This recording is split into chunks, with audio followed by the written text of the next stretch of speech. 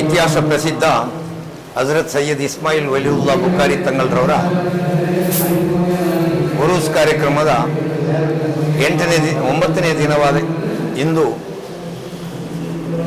ನಮ್ಮ ಈ ಜಮಾತಿನ ಮೇಲಿನ ಹಾಗೂ ನಮ್ಮ ಇಲ್ಲಿಯ ಅಧ್ಯಕ್ಷರು ಮತ್ತು ಕಮಿಟಿ ಸದಸ್ಯರ ಮೇಲಿನ ಅಭಿಮಾನ ಮತ್ತು ನಮ್ಮ ಮುಸ್ಲಿಂ ಬಾಂಧವರ ಮೇಲಿನ ಅಭಿಮಾನದಿಂದ ನಮ್ಮ ದೇಶದ ಬಹುಸಂಖ್ಯಾತ ಸಮುದಾಯದ ನಮ್ಮ ಹಿಂದೂ ಸಹೋದರರು ಇಂದು ಬಹಳಷ್ಟು ಹೊರೆಕಾಣಿಕೆಗಳೊಂದಿಗೆ ಇಲ್ಲಿಗೆ ಬಂದು ನಮ್ಮೊಂದಿಗೆ ಭಾವೈಕ್ಯತೆ ಮತ್ತು ಸೌಹಾರ್ದ ಸಹಬಾಳ್ವೆಯ ಸಂಕೇತವನ್ನು ನೀಡಿದ್ದಾರೆ. ಅದಕ್ಕಾಗಿ ನಾನು ಈ ಪರಿಸರದ ನಮ್ಮ ಜಿಲ್ಲೆಯ ಎಲ್ಲ ಈ ಸಂಘಟನೆಯ ಹಿಂದೂ ಸಹೋದರರನ್ನು ಬಹುವಾಗಿ ಪ್ರಶಂಸಿಸುತ್ತೇನೆ, ಅಭಿನಂದಿಸುತ್ತೇನೆ.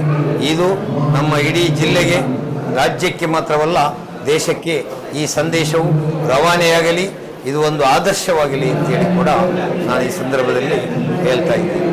ನಮ್ಮ ಜಿಲ್ಲೆಯ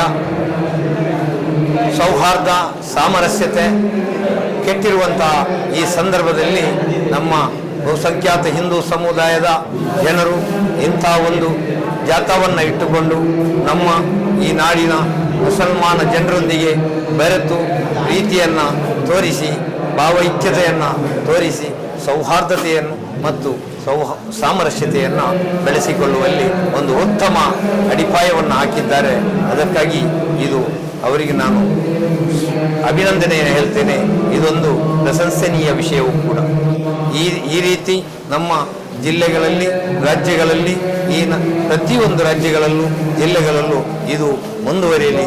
ಇದರೊಂದಿಗೆ ನಮ್ಮ ವಿವಿಧತೆಯಲ್ಲಿ ಏಕತೆಯನ್ನು ಕಂಡಂತಹ ನಮ್ಮ ಅಖಂಡ ಭಾರತದ ಒಂದು ಜಾತ್ಯತೀತ ನಿಲುವು ಸುಭದ್ರವಾಗಿರಲಿ ಮತ್ತು ಸುಭದ್ರವಾಗಿ ಬೆಳೆಯಲಿ ಅಂತೇಳಿ ಈ ಸಂದರ್ಭದಲ್ಲಿ ನಾನು ಹೇಳಿ, ನಮ್ಮ ಜಿಲ್ಲೆಯ ಜನರು, ಹಿಂದೂ, ಮುಸ್ಲಿಂ, ಕ್ರೈಸ್ತ ಬಾಂಧವರು ಒಂದು ಸೇರಿ ನಾವು ಒಂದು ಉತ್ತಮ ಶಿಸ್ತುಬದ್ಧ ಸೌಹಾರ್ದ ಜೀವನವನ್ನು ನಡೆಸುವಲ್ಲಿ ಸಹಕಾರಿಯಾಗಲಿ ಅಂತೇಳಿ ಈ ಸಂದರ್ಭದಲ್ಲಿ ಹಾರೈಸ್ತೇನೆ.